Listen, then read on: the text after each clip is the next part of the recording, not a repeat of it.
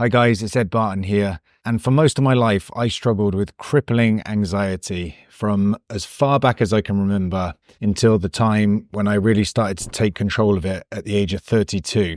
And in this video I want to share with you 5 things which I quit that allowed me to overcome my anxiety. And stick around to the end of the video because I'll be saving the best till last, and the last point is the most important. But before we dive in, if you're struggling with anxiety right now, then go ahead and click the link in the description. You can book yourself a free roadmap call and we can discuss how to get you out of your current problems. Okay. So the first thing that I quit in order to overcome anxiety was I stopped avoiding the problem. And I stopped avoiding the problem of my anxiety disorder itself, and I started to address that. But also within that, I stopped avoiding all the things that I was doing to stay comfortable. So that meant I had to push myself on a daily basis to do things that I was avoiding previously. I was avoiding lots of things that I found difficult. That was face-to-face conversations. That was walking into the office when I knew people would already be in there. So I would get into the office super early so I would be the only one in there and I wouldn't have to face walking into people. The same applied for when I left the office. I would always be the last one to leave because I didn't want to cross the office with lots of people looking at me. I avoided going to the supermarket when I knew people would be there. I would go very, very late at night and do all my shopping in a 5-10 minute rush at the end, but right before the store closed. So there were lots of things that I was avoiding and I had to give these up. I had to quit these avoidance behaviors and start facing my problems head on. The second thing that I quit in order to overcome anxiety was my vices. I gave up a lot of the things that I was doing which were unhealthy. I had many, many bad habits during those years that I had anxiety. I used to smoke cannabis.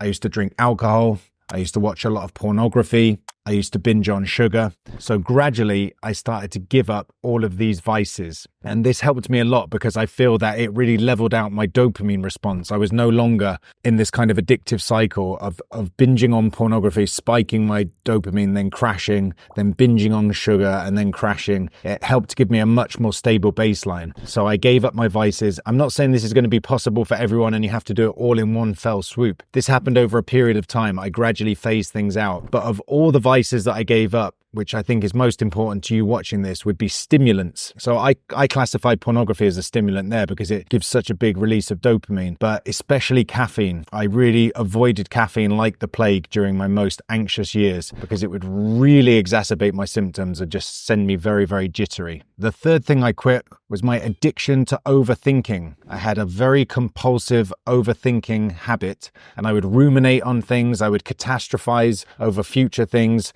and I had to break this habit. This is a compulsive thought pattern that we have and we actually have to quit it just like any other bad habit. And the way that I did this is I would just avoid sitting around and giving myself that time to think. I would immerse myself in other activities. So as soon as I found myself lying on the sofa thinking about stuff, I would get up and go for a run, completely reset my nervous system and my respiratory system, get fresh air in, just shake everything up and change the whole state. And this is really when I started to exercise very intensively as well. I'd go to the gym a lot because when I was in the gym, I had my music on, I'd be totally focused on what I was doing. I was not sitting around ruminating. And one thing that I found with anxiety is that the devil loves idle hands. If you have spare time, you're going to fill that space with worrying about stuff, with Googling your health anxieties, with Googling all kinds of catastrophic ideas that you've got going on, and you will just think and think and think. So it's really good to keep yourself very occupied. Get up, move, go out, throw yourself into work outside, whatever you can do, just stay very occupied and fill your time. The fourth thing I quit was ultra-processed food, junk food, and especially lots of white carbohydrates and lots of sugar. During my most anxious times, I didn't even know anything about diet, and I would always have heartburn. I would be burping a lot, and my parents would be angry at me for doing this. I didn't have any concept of my health or my body at all. And I didn't realize that all of this gas and this heartburn and stuff was because I was overloading my body with bad refined carbs. And I would be sitting around feeling foggy and lethargic and anxious and just in a horrible low energy state. I didn't realize the importance of diet. And when I started to balance my macronutrients, get more protein, more vegetables, less white carbs, just more whole foods, it was a night and day difference. It is the fuel that you put into your body, right? So if you're putting sludge into the fuel tank, your car is going to be running very sluggishly and poorly. So as soon as I upgraded the quality of the fuel that I was putting into my body, my mental output and my mental clarity really improved as well. So I would recommend quitting as much as possible refined white carbs and lots of very sugary foods. Okay, the fifth and final thing I gave up, which was one of my hardest vices, one of my hardest addictions, was this